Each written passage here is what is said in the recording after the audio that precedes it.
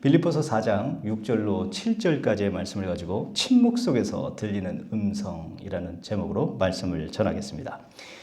우리는 요즘 참 많은 소리를 듣고 살아갑니다. 사건, 사고가 끊이지 않는 뉴스를 볼 때마다 실망스러운 뉴스도 있고 기대감이 생기는 뉴스가 있고 여러 소리들 가운데에서 그 소식을 접할 때마다 많은 높낮이가 생기는 요즘이 아닌가 싶습니다. 계속되는 경제 불안과 그리고 관계의 갈등, 또 정치적인 문제, 그 성향까지도 그리고 미래에 대한 염려까지 그 많은 소식들 가운데 여러 소리를 듣는데 이상하게도 그 모든 소리 속에서 주님의 음성이 잘 들리지 않는 시대가 아닌가 개인적으로 생각해 봅니다. 그래서 저는 이렇게 가끔 기도할 때가 있어요. 주님, 왜 아무 말도 하지 않으십니까? 애타는 마음에서 말씀드릴 때도 있고 또 안타까운 마음에서 이 현세를 바라보면서 하나님 앞에 기도할 때가 있습니다. 이 질문은 오늘을 사는 우리의 질문이지만 이미 오래전 일본 땅에서도 울려 퍼졌던 질문이기도 합니다. 침묵이라는 이 소설을 쓴 일본 작가 엔도 수사쿠는 그 질문을 붙들고 침묵이라는 작품을 썼는데요. 그가 바라본 일본은 복음이 들어왔지만 핍박 속에서 수많은 신자들이 고통 가운데 신음하던 땅이었다라는 것입니다. 그리고 그 중심에는 나가사키 26성인의 순교와 이름도 남지 않은 수많은 순교자들이 있었습니다. 그 시대에 신자들은 엄청난 고문을 당했습니다. 그러나 처음 서양 문물을 받아들인 그 나가사키에서 기독교는 엄청난 부흥을 맛보게 됩니다. 초기 부흥을 맛보는 그들 가운데 오래 가지 않아서 일본의 박해가 정식으로 시작이 됐던 것이죠. 외형적인 면에서 볼 때는 나라를 빼앗길까봐 그리고 식민지화 될까봐라는 두려움과 염려가 있었기 때문에 발표한 정책이라는 것으로 박해를 시작했지만 저자의 의도를 보면서 개인적으로 느끼는 제 견해는 그들이 믿지 않으려고 해도 이 복음이 어때요? 믿겨졌다라는 겁니다. 그것이 진심이다. 그러니까 맞다라는 생각으로 받아들였다라는 것입니다. 그들은 가족들 앞에서 고문을 당하고 가족들 눈앞에서 죽어갔어요. 그리고 그때 요구받았던 것은 바로 배교였습니다. 실질적으로 나가사키 26성인 뮤지엄을 한번 가보면요. 그 당시에 순교당했던 장면들이 다 있거든요. 근데 그 순교당했던 장면들 가운데 아주 인상적인 것이 있었습니다. 그것은 바로 이 불을 화형을 시키는데 그 화형을 시키는 가운데서도 불이 가까이 이렇게 화형을 하는 그 장면을 우리가 여러 형태로 한번 볼 수 있는데 성지순례를 가보면 하는 가운데에서 그 불은 상당히 거센 엄청난 센 불을 가까이에다 지펴놓아서 사람을 그렇게 화형시키는 것입니다. 그러나 그 장면은 나가사키에 가서 좀 놀랐던 건 그 부분에서 볼 때 화형을 하는 사람들이 이 불과 그리고 그 달린 십자가와 거리가 좀 있다라는 것입니다. 충분히 도망쳐 나올 수 있는 거리고 또 충분히 살 수 있는 상태였다라는 것을 확인할 수 있었습니다. 그들이 그러니까 죽음을 예고하고 그들이 죽음을 이렇게 예고한 다음에서 엄청난 공포심을 유발했겠지만 그들이 원했던 것은 바로 배교였다라는 것을 알 수 있었던 것은 그 거리상과 그리고 충분히 자신의 힘으로 풀 수 있었고 나올 수 있었다라는 것입니다. 실질적으로 이걸 풀고 그 그림이 하나가 있는데요. 풀고 나온 사람도 그대로 사파로 그려놓은 그림이었습니다. 저는 너무 놀랐습니다. 이게 진짜 순교를 당하는 장면에서 순교도 아무도 하는 것이 아니고 그리고 그 순교는 함부로 누구나 그냥 쉽게 생각하는 문제가 아니라는 것을 느낄 수 있었던 장면이었는데요.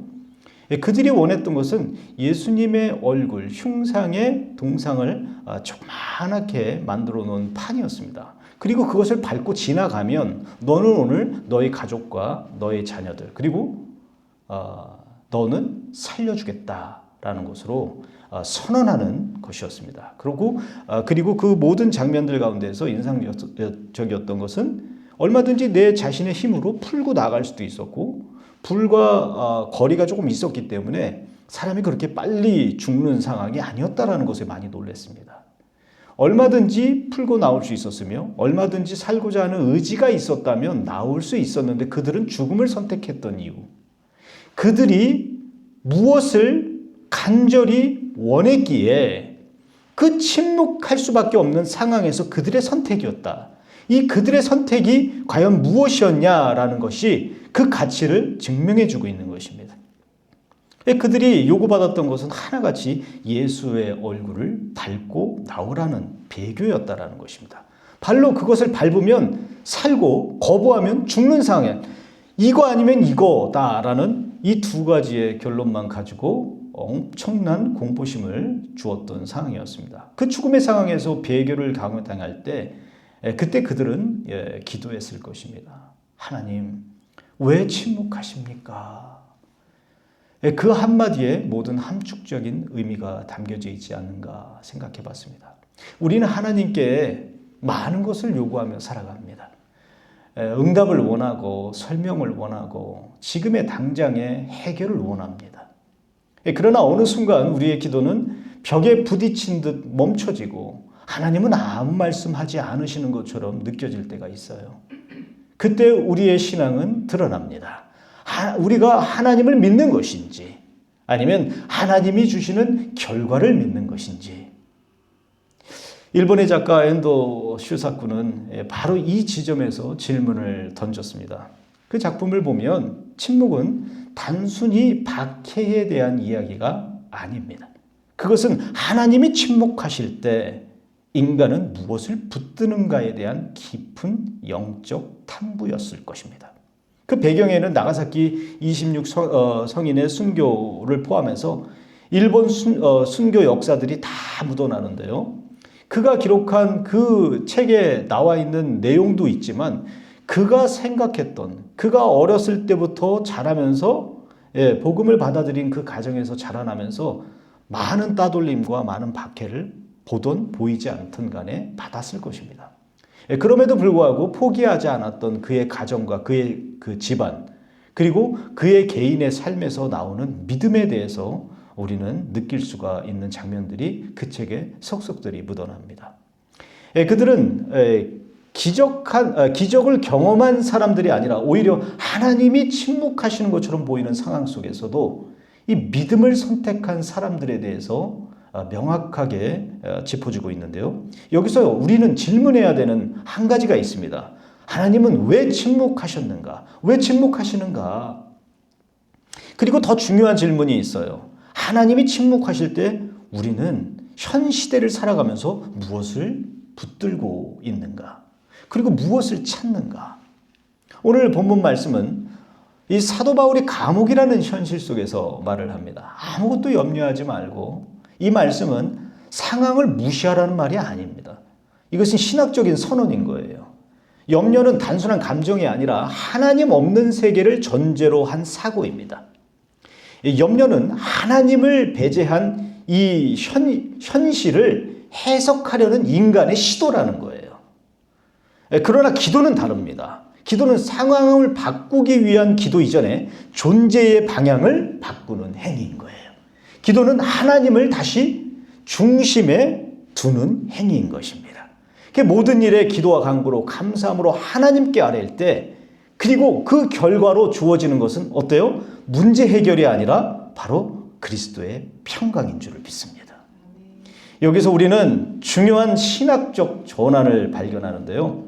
하나님은 우리의 상황을 즉각적으로 바꾸시지 않을 때가 너무 많습니다.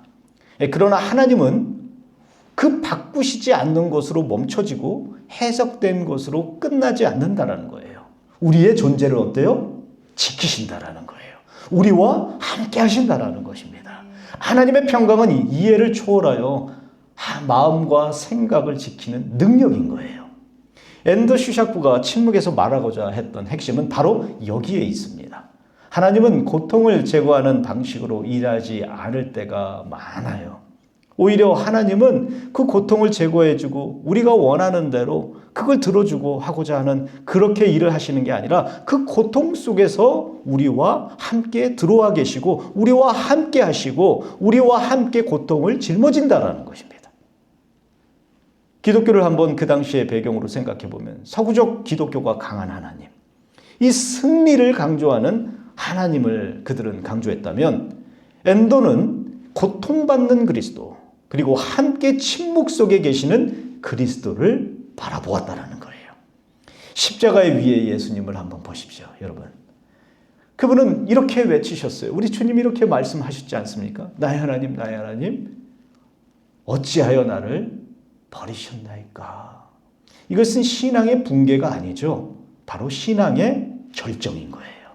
왜냐하면 하나님이 침묵하시는 그 순간에도 예수님은 어땠어요? 하나님을 향해 부르짖고 계셨기 때문입니다. 사랑하는 성도 여러분, 문제는 하나님이 침묵하시는 것이 아닙니다. 그것이 침묵하시는 것이 문제가 아니라 문제는 우리가 그 침묵을 해석하는 방식입니다. 우리는 침묵을 부재로 해석하는 것 같아요. 그러나 성경은 침묵을 깊은 임재로 증언합니다.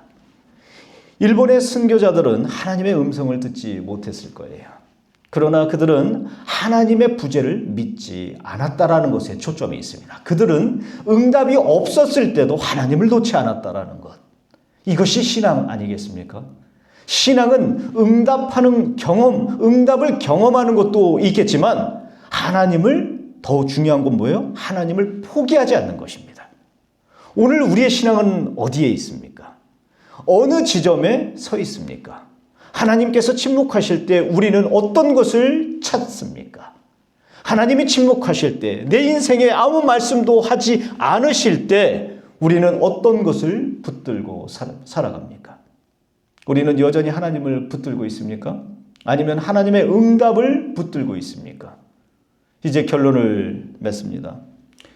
우리는 하나님을 오해해 왔을 수도 있어요. 우리는 하나님을 문제로, 이 문제 해결자로만 여겨왔을 수도 있다는 것. 마치 종려나무 가지를 확 흔들면서 주님을 반겼던 그 회중들, 그 백성들과 같이 말이죠. 그러나 며칠 가지 않아서 예수를 십자가에 못 박으라고 하나같이 이구동성으로 했던 그 군중들, 그 회중들, 그 백성들 가운데 우리 또한 있지 않았을까요?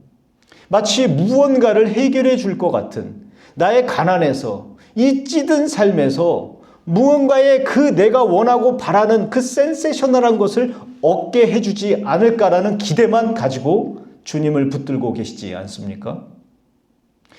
앤더 슈사크의 이 초점은 당시의 순교와 그리고 그 복음이 일본 땅에 스며든 그 역사적인 기록에서만 머물러 있지 않다라는 것입니다. 저는 이제 다음 시간에도 한번 좀 더 이 침묵에 대해서 앤더 슈사크가 쓴 이 초점을 한번 좀 계속해서 이어가고 싶습니다.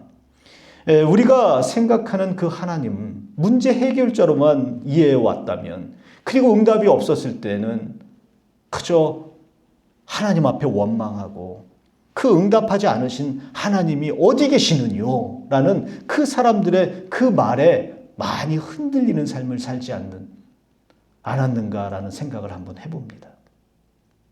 그러나 복음은 전혀 다른 이야기를 합니다. 하나님은 우리를 위해 멀리서 명령하시는 분이 아니라 우리를 위해 고통 속으로 들어오신다라는 분. 앤더 슈사크가 이 초점의 중심을 나타낸 그 부분입니다. 우리는 이것을 오늘 짚고 넘어가야 됩니다. 우리가 힘든 시기 때도, 우리가 어려운 시기 때도 주님은 멀리서 지켜보는 분이시고 나는 하나님이다 라는 그 자리에서 계신 분이 아니라 인카네이션 하셔서 성육신 되신 바 인간으로 오셨던 완전한 인간이 완전한 하나님이신 바로 예수 그리스도께서 우리의 고통의 현장에서도 함께 하신다라는 것입니다. 그 마음 가운데에서 우리가 한번 되짚어 보면 그리스도는 십자가에서 인간의 모든 침묵을 짊어지셨다라는 것으로 해석됩니다. 우리의 기도가 막히는 순간에, 우리의 눈물이 멈추지 않는 순간, 우리의 믿음이 흔들리는 순간 그 모든 자리에 이미 그리스도가 계셨습니다. 이것이 복음입니다. 그러므로 우리의 신앙은 이렇게 다시 정의되어야 됩니다. 하나님이 나를 위해 무엇을 하시는가가 아니라 하나님이 나와 함께 계시는가입니다. 이제 여러분 저와 함께 결단해 주시겠어요? 나는 하나님이 응답하실 때만 믿을 것인가? 아니면 하나님이 침묵하실 때에도 그분을 변함없이 붙들 것인가? 이 두 가지의 선택을 놓고 나는 문제 해결을 원하며 하나님을 찾는가? 아니면 하나님 그분 자체를 갈망하는가라는 것으로 우리가 선택을 해야 되는 오늘 이 예배 가운데 있다면 이 질문 앞에서 우리는 더 이상 피할 수 없다는 거예요. 여러분, 이제 우리의 염려를 내려놓아야 합니다. 염려는 단순한 감정이 아니라 하나님을 신뢰하지 않는 신학적 태도입니다. 우리는 회개해야 되는 거예요. 그래서 매일매일 살아가면서 내가 알고 지은 죄 모르게 지은 죄 다 회개해야 합니다. 상황을 하나님보다 크게 본 것, 그리고 응답이 없다고 해서 믿음이 흔들렸다라는 것, 하나님보다 결과를 더 관심 가지고 더 결과를 사랑했던 그 모든 범주에서 내가 지었던 죄들을 회개해야 되는 거예요. 아주 가벼운 말 한마디라도 우리가 지체를 실추시킬 만한 그러한 오류를 범했다면 우리는 가서 사과해야 되고 하나님 앞에 회개하고 사과하고 우리는 하나가 되어야 된다라는 이것이 일상에서 나타나고 이것이 일상에서 우리의 삶으로 묻어나지 않으면 오늘날 많은 사람들은 보이지 않는 박해를 계속해서 예수 그리스도를 믿는 저와 여러분들에게 계속적으로 할 것입니다. 그러나 우리의 삶에서 우리가 하나님을 경험하고 하나님의 나라가 나타나고 그리스도 예수가 드러나는 삶을 살아간다면 우리의 일상의 변화가 그들의 삶을 녹여버릴 거예요. 성령의 불로 태워버릴 거예요. 그들이 주께로 돌아오는 귀한 징검다리 역할을 할 수 있다는 것을 믿으시기 바랍니다. 그래서 하나님 문제를 해결해 주십시오가 아니라 하나님 내가 주님을 놓지 않게 해 주시옵소서. 하나님 상황을 바꿔주시옵소서가 아니라 하나님 이 상황 속에서 이 고난과 역경 속에서도 주님을 보게 해 주시옵소서. 그때 하나님 우리에게 약속하십니다. 내 평강이 너를 지키겠다. 내가 새 마음을 주겠다. 육신의 모든 굳어버린 마음을 다 제거하고 부드럽게 해주겠다. 그 은혜를 우리에게 주실 줄을 믿습니다. 이 평강은 환경을 초월하는 거예요. 그래서 이해를 초월합니다. 우리가 하는 그 설명을 초월한다라는 것입니다. 그리고 바로 그 자리에서 우리는 새로운 주님의 은혜를 경험하고 흠뻑 받아 누리는 영원한 특권을 가진 자들로서 주님과 함께 기쁨을 누리게 될 것입니다. 우리 끝으로 이렇게 한번 고백했으면 좋겠어요. 하나님의 침묵 속에서도 나는 그리스도를 붙들겠습니다. 이 고백이 단순한 입술의 고백이 아니라 우리의 삶과 방향이 그리스도께로 향하는 그러한 여정 가운데 이번 한 주를 살아갈 때도 우리의 부족한 삶일지라도 삶 가운데서 한번 노력해 보는 거예요. 오늘 말씀 듣고 나서 그리고 오늘 예배드리고 하나님 앞에 예배드렸잖아요. 그 예배드린 우리들이 주님께서 주신 저와 여러분들에게 주신 이 귀한 말씀을 붙잡고 한 주간 정말 몸부림치면서 살아갈 때 우리 주변에 보이지 않는 것 같아도 보지 않는 것 같아도 많은 이들이 여러분들을 주목하고 있습니다. 그래서 우리는 하나님만으로 공인이래요. 그래서 어디를 가더라도 양보하고 섬기고 그리고 공공질서 지키고 그리고 남을 배려해야 되는 것이 몸에 배어야 됩니다. 그것이 그리스도인이기 때문입니다. 성경이 말하고 있는 이 가장 중요한 중심의 이 포인트를 우리는 오늘날 너무 많이 놓치고 살아가는 시대에 살고 있습니다. 오늘부터 우리가 한번 주님 앞에 이 말씀을 듣고 은혜로 받았기 때문에 하나님 말씀 가운데 한 주를 믿음으로 지켜내시는 그리스도 예수와 함께 승리하시기를 예수 이름으로 축원합니다.